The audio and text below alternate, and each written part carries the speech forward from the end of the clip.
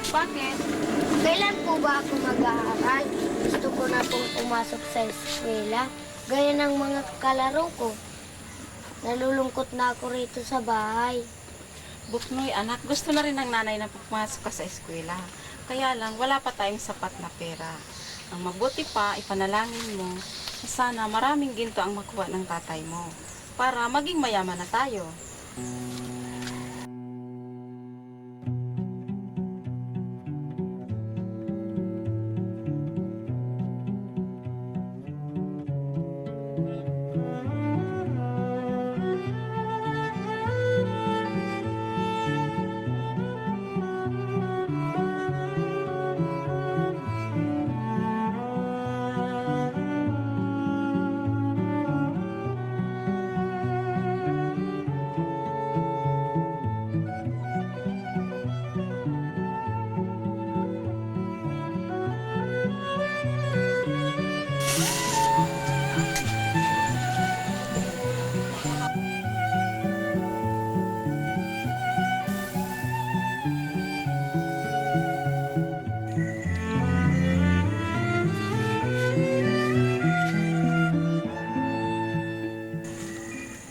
Oh, bakit malungkot ang paborito kong apo?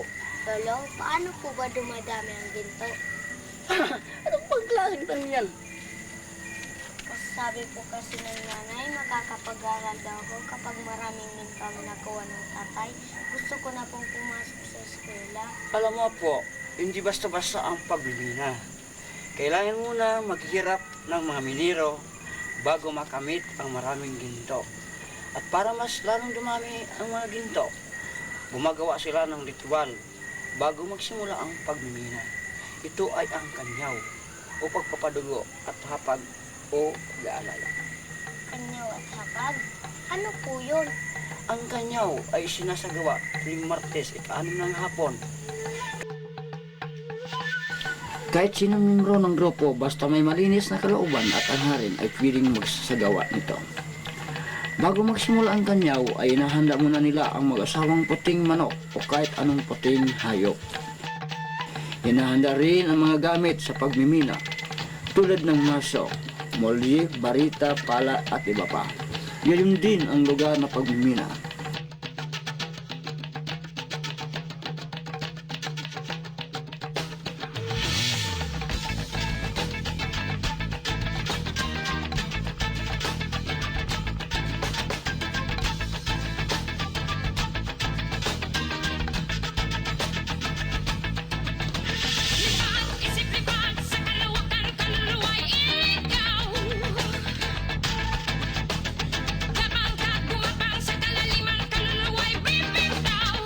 Kapag handa na ang lahat, eksaktong alas 6 ng hapon, ang kapadugo ay magdarasal ng isang sumasampalataya bilang pasimula ng ritual.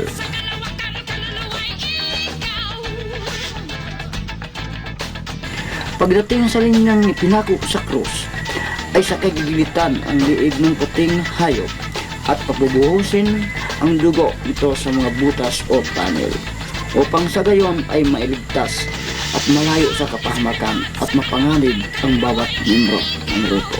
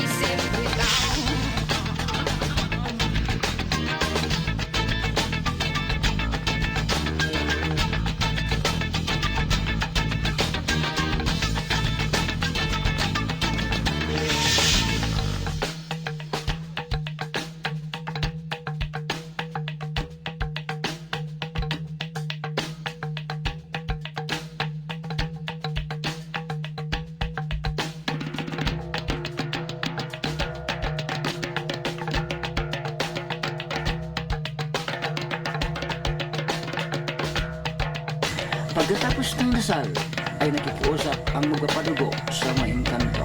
Sana'y pagkaloob sa kanila ang magandang proteksyon ng ginto. Pinaniniwalaan kasi nila na ang mga ginto ay binabantayan ng mga engkanto. Kaya nakikiusap sila sa mga ito na lisanin na nila ang lugar at pagkaloob na ganito.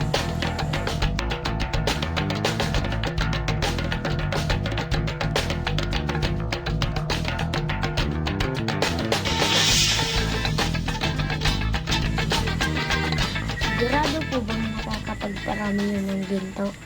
Siyempre naman na po. Kaya kinabukasan pagkatapos ng ganyaw, magukay sila at magtatrabaho hanggang Wibis upang makita kung epektibo ba ang ritual na ginagawa nila.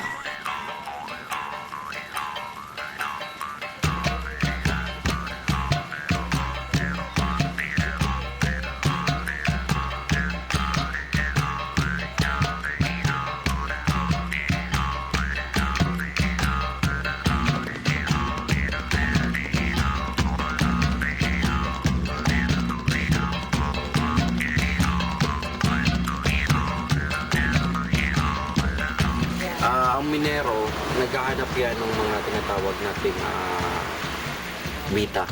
Ito yung bita ay yung mga bato na nagtataglay ng mga ginto. At naniniwala sila naman na kinakailangan nating kinakailangan paduguan yun para makita natin na para malaman kung saan matatagpuan naman yung mas malalaking bita na nagtataglay ng mas maraming ginto. At sa pamamagitan ng pag-aalay, magiging mapapadali ang proseso at may iwasan din yung mga aksidente sa ilalim.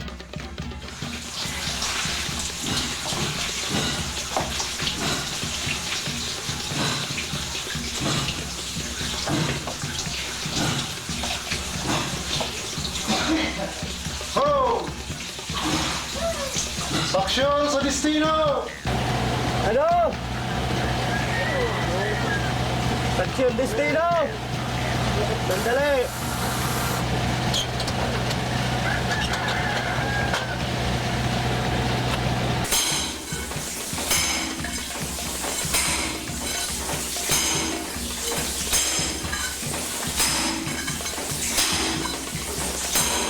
Bago pa naman tayo mag-Christianize, yun na yung mga Pilipino eh. So hindi naman nawala sa mga Pinoy na hindi paniniwala sa mga albularyo. Kahit sinasabi ng simbahan na hindi ito dapat. Pero sila, kahit sabihin natin ng Christianization sa Pilipinas, yung mga ordinaryong tao, yung mga nasa province, sa mga barrios, naniniwala pa rin sila, ginagawa pa rin nila yan. So it's their choice to do that. At kahit na sabihin mo, bawal ito, hindi dapat maniwala sa ganyan.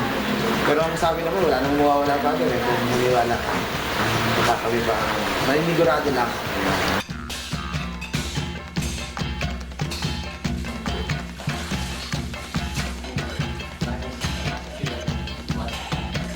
Halimbawa nga masugatan ka, yung dugo mo, yung kinakailangan, palit mo sa bato dito sa bita, yung dugo mo, gagawin mo hanggang sa kumalat para mas lalong matindi yung nakukuha.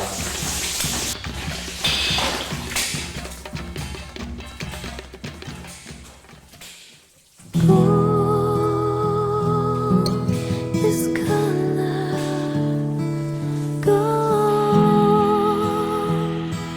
his melting heart gone,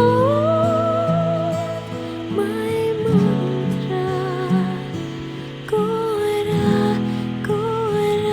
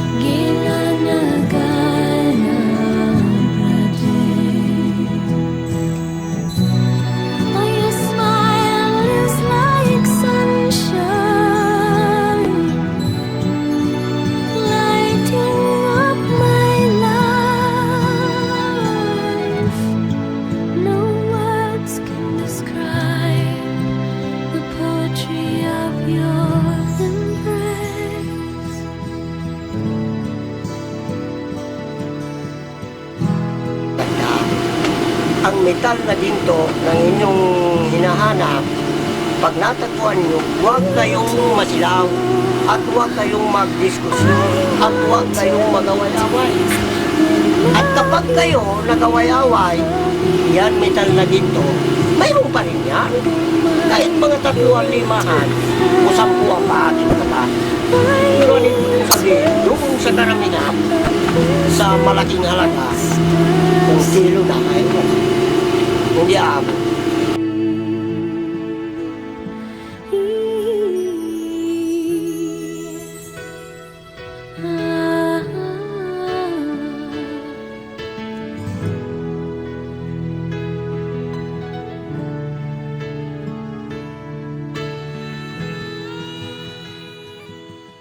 Pagsapit ng Biyernes, isusunod na nila ang hapag o pag-aalay.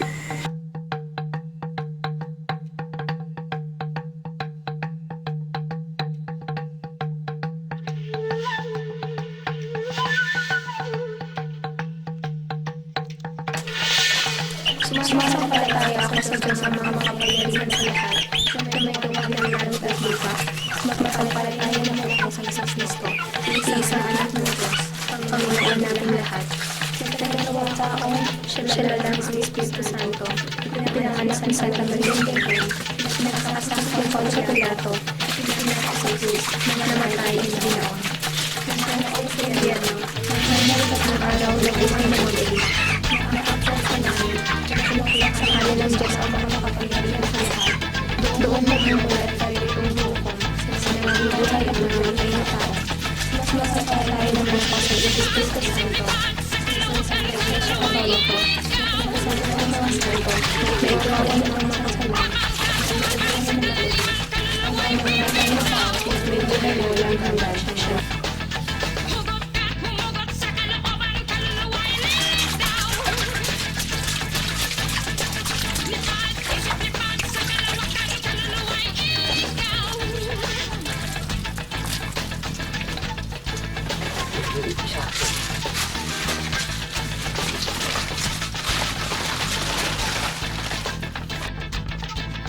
Hinahanda rin ang mga gagamitin sa pag-aalay, tulad ng prutas, kindi, tinapay, nilagang manok, alak na anisado, ikmo, sigarilong na kampana at iba pa. Depende kung ano ang inihingi ng taga-alay. Ang mga nilutong pagkain ay dapat walang asin. Inaain ang mga yon sa misa at hindi pwedeng tikman.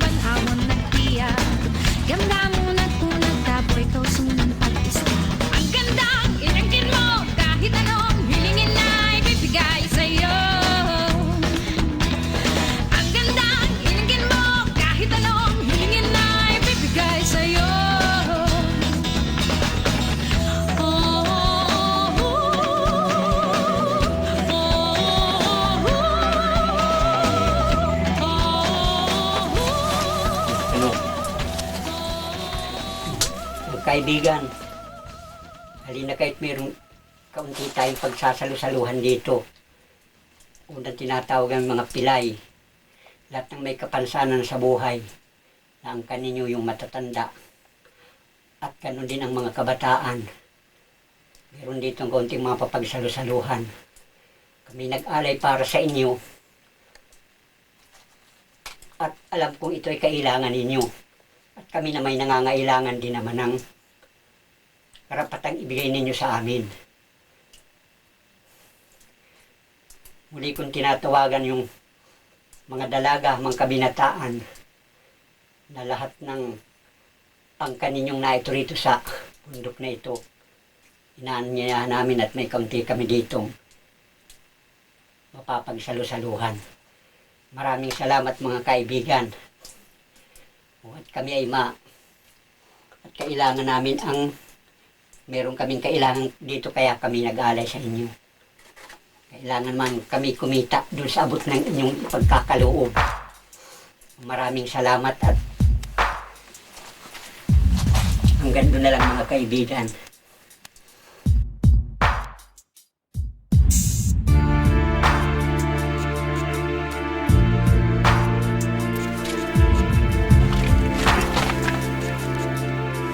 Sige, baba pang tape yung lobet. Pagping baba.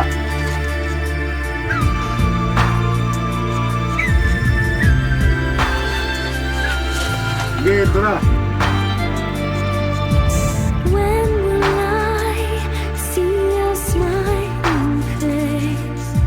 When will I feel your warm Mabalik ang taga-alay patalipas ng 3 oras sapagkat tapos na daw magsikain ng mga espiritu. and I am lonely? You're the only one. Shine, shine,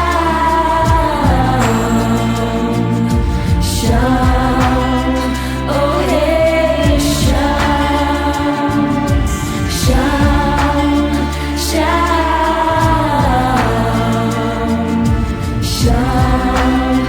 Rahe shine. My tattered heart still beating, my wandering eyes are yet weeping, and the universe has done its worst. I've been bitten, scratched, and I am cursed. I am lonely. You're the only one. Shine, shine, shine. Oh hey, shine, shine, shine, shine. Radhe shine. A distant memory of a dream still plays its wistful tune in the corner of my mind. Flutes unbreathed from the sweetest breath. Without hesitation they run to it. They just run and run. And I am still sitting here, covered in sorry tears, yet unwilling to move.